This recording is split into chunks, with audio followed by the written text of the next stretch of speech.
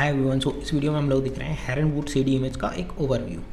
ये एक ऐसी सी डी इमेज है, जब भी अपने कंप्यूटर सिस्टम में कुछ एरर वगैरह आती है, कुछ इशू आता है, तो अपन इसको बूट कर सकते हैं। बेसिकली बूटेबल पेन ड्राइव वगैरह होती है, ये bootable C D, bootable pen drive. तो इसमें काफ़ी सारे प्री बिल्ट टूल्स मिल जाते हैं, जिनकी मदद से अपन डीबग कर सकते हैं, फिक्स कर सकते हैं। तो आज अपन इसको देखते हैं कि कैसे क्या टूल्स मिलते हैं। एक छोटी सी ओवरव्यू वीडियो है ये। तो ऑल प्रोग्राम में से चालू करते हैं। सबसे पहले एक्सेसिबिलिटीज़ में अपन को सिर्फ ऑन स्क्रीन कीबोर्ड वगैरह, ये नैरेटिव जो सिस्टम में आते हैं ऑलरेडी, वो सारे टूल्स मिल जाते हैं। एक्सेसरीज में जाते हैं तो डिस्क मैनेजमेंट मिल जाता है अपन को, इससे जो नॉर्मल डिस्क मैनेजर होता है वो मिल जाता है।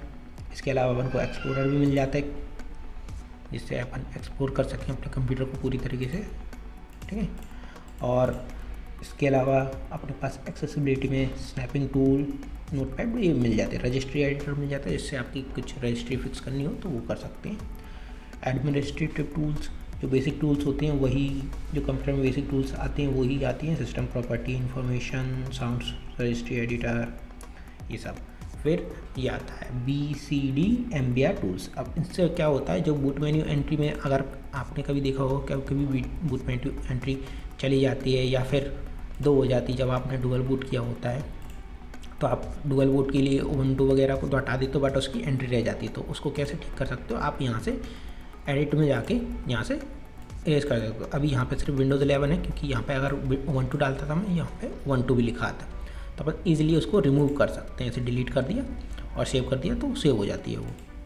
इस काम में आता है। बेसिकली एंट्रीज हटाने के लिए और बनाने के लिए, दोनों के लिए यूज़ किया जाता है। इसके बाद ड्राइवाइज मैनेजर, आपके कुछ डिवाइस में इशू आ रहा है ड्राइवर को लेकर, तो आप इसको कर सकते हैं। ऑल ड्राइवर्स कर सकते हैं, या फिर नेट में अगर इशू आ रहा है तो नेट वाला चूज़ कर सकते हैं। इसके बाद आता है hard disk tools. Hard disk tools में काफ़ी सारे टूल्स मिल जाते हैं, जैसे रिकवरी।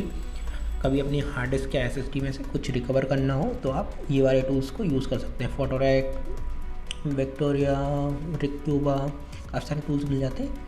इनको आप अपने हिसाब से चेकआउट कर सकते हैं कि कौन सा टूल किस तरह से काम करता है। ले सॉफ्टवेयर, इसमें लिनक्स पार्टीशन है, अगर आपके पास लिनक्स डली हुई तो उसके लिए भी स्पेशल डेडिकेटेड टूल्स है। डिफैगमेंट टूल है। अब ये हार्ड डिस्क वालों के लिए डिफैगमेंट ऑलरेडी पता होगा, तो ये वही करता है बस, और कुछ नहीं करता। इसके अलावा अपनी हार्ड डिस्क को चेक करने के लिए, स्कैन करने के लिए अपन को HTTune मिल जाता है, स्कैन मिल जाता है, और GS स्मार्ट कंट्रोल भी मिल जाता है, ठीक है। फिर इसके बाद नेटवर्क टूल्स पे आ जाते हैं, तो अपन को बेसिक से टूल मिल जाते हैं, जैसे फायरवॉल वगैरह हुआ, अपन को इंटरनेट ब्राउज़र मिल जाता है, अपन को एनीडेस्क का सपोर्ट भी मिल जाता है, ताकि अपन अगर रिमोटली कुछ करवाना चाहते हो या फिर करना चाहते हैं तो किसी के असिस्टेंट दे सके तो वो कर दे सकें बेसिकली। फिर अदर टूल्स में आ जाते हैं, तो अदर टूल्स में जो अपनी बेसिक सॉफ्टवेयर होते हैं, जैसे नोटपैड हुआ, अपना एक PDF रीडर चाहिए होता है, वो चाहिए, वो 7-zip। और ये अपनी प्रेजेंटेशन, माइक्रोसॉफ्ट के जो टूल्स होते हैं उनके लिए बेसिकली देखने के लिए, जैसे VLC मीडिया प्लेयर भी है इसमें, ताकि अपन को कुछ कमी ना लगे।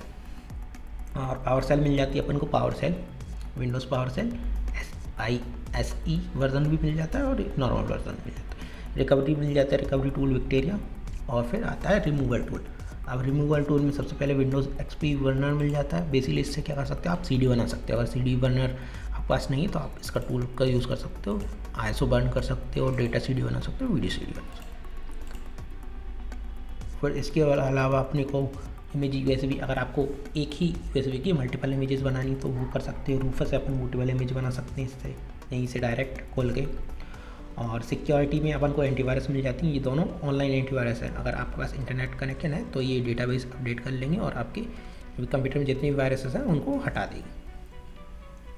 फ्री एंटीवायरस है तो कोई सब्सक्रिप्शन वगैरह लेने की ज़रूरत नहीं रहती। इसके अलावा की फाइंडर है और पासवर्ड रिकवरी। जब अपन विंडोज़ का पासवर्ड वगैरह भूल जाते हैं किसी भी वजह से, या फिर रीसेट हो गया, करप्ट हो गया, फाइल कुछ करप्ट हो गई, तो अपन इससे पासवर्ड को रीसेट कर सकते हैं। जैसे कि मैं अगर इसको ओपन कर देता हूँ तो ये मेरे सारे कंप्यूटर जो भी एडमिन वगैरह है उनको ले लेगा। जैसे सचिन मेरा नाम लिखा रहा है, अब इसमें पासवर्ड तो लगाया नहीं है मैंने, पिन लगाई हुई है, तो पिन के आगे येस लिखा रहा है। अगर मैं चाहूँ तो यहाँ से रीसेट पिन भी कर सकता हूँ और पासवर्ड भी कर सकता हूँ। और मैं चाहूँ तो इसको एडमिनिस्ट्रेटर से हटा भी सकता हूँ, और या फिर नया अकाउंट बना सकता हूँ, एक नया यूज़र क्रिएट कर सकता हूँ यहीं से, ताकि मुझे इन यूज़र्स की ज़रूरत भी ना पड़े।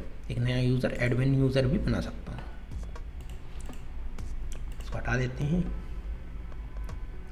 सिक्योरिटी पासवर्ड टूल्स, यही सारे पासवर्ड टूल्स हैं।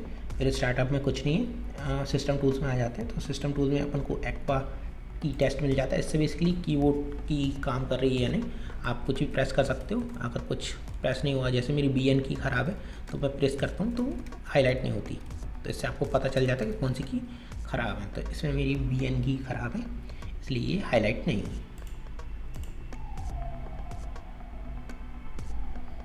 ठीक है, इसके अलावा अपन को टोटल कमांड है CPU-Z बेसिकली अपन को पता करना है कौन सा CPU है, GPU है, वो सब पता कर देते हैं। इससे पता चल जाता है मेन बोर्ड कौन सा है, मेमोरी कितनी डली हुई है, और SPD क्या है। स्लॉट, मेमोरी स्लॉट जो होती हैं आपके में, अगर 2 स्लॉट हैं तो यहाँ पे 2 स्लॉट आएगा। जैसे मेरी पहली स्लॉट में 8 GB रैम लगी हुई है, दूसरी स्लॉट फ्री रखी हुई है, खाली हुई है, तो इसमें यहाँ पे बता रहा है। अगर आपको कंप्यूटर को खोले बिना आपको पता करना है कि उसमें स्लॉट है या नहीं, तो आप इसका यूज़ ले सकते हैं। ठीक है, इसी तरह और टूल्स मिल जाते हैं इसमें, सिस्टम टूल्स में GPU-Z मिल जाते हैं, हार्डवेयर इन्फो मिल जाता है। हार्डवेयर इन्फो के अलावा अपन को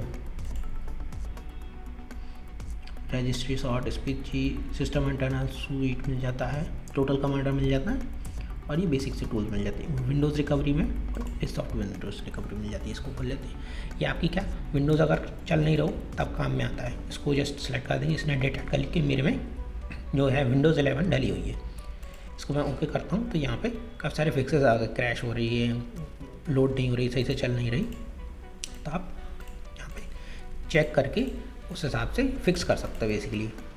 अगर आपको MBR रिकवरी करनी है, बूट BDC डॉक्टर चाहिए, बूट सेक्टर रिकवरी चाहिए, या फिर लॉस्ट पार्टीशन जो कि विंडोज़ गायब हो जाती है, पता नहीं चलता उसको हार्ड डिस्क में कहाँ पे विंडोज़ है, तो अपन इसको कर सकते हैं रिकवरी वगैरह। ये अपना हार्डवेयर टूल है, इसमें अपन को अपने GPU वगैरह की क्लॉक स्पीड वगैरह सब कुछ पता चल जाती है। इसमें GPU भी है, इसमें CPU भी है, क्लोज कर देते हैं। ये सारी डिटेल्स अपन को बता देते हैं। तो बस एक ही छोटी सी इमेज है, इसमें काफ़ी सारे टूल्स आते हैं, इनबिल्ट फ्री टूल्स रहते हैं सारे, तो आप इसको रिकवरी के लिए यूज़ कर पाओगे। ठीक है, सो वीडियो देखने देंगे। अगर आपको कोई क्वेश्चन हो तो वो आप कमेंट सेक्शन में पूछ सकते हैं।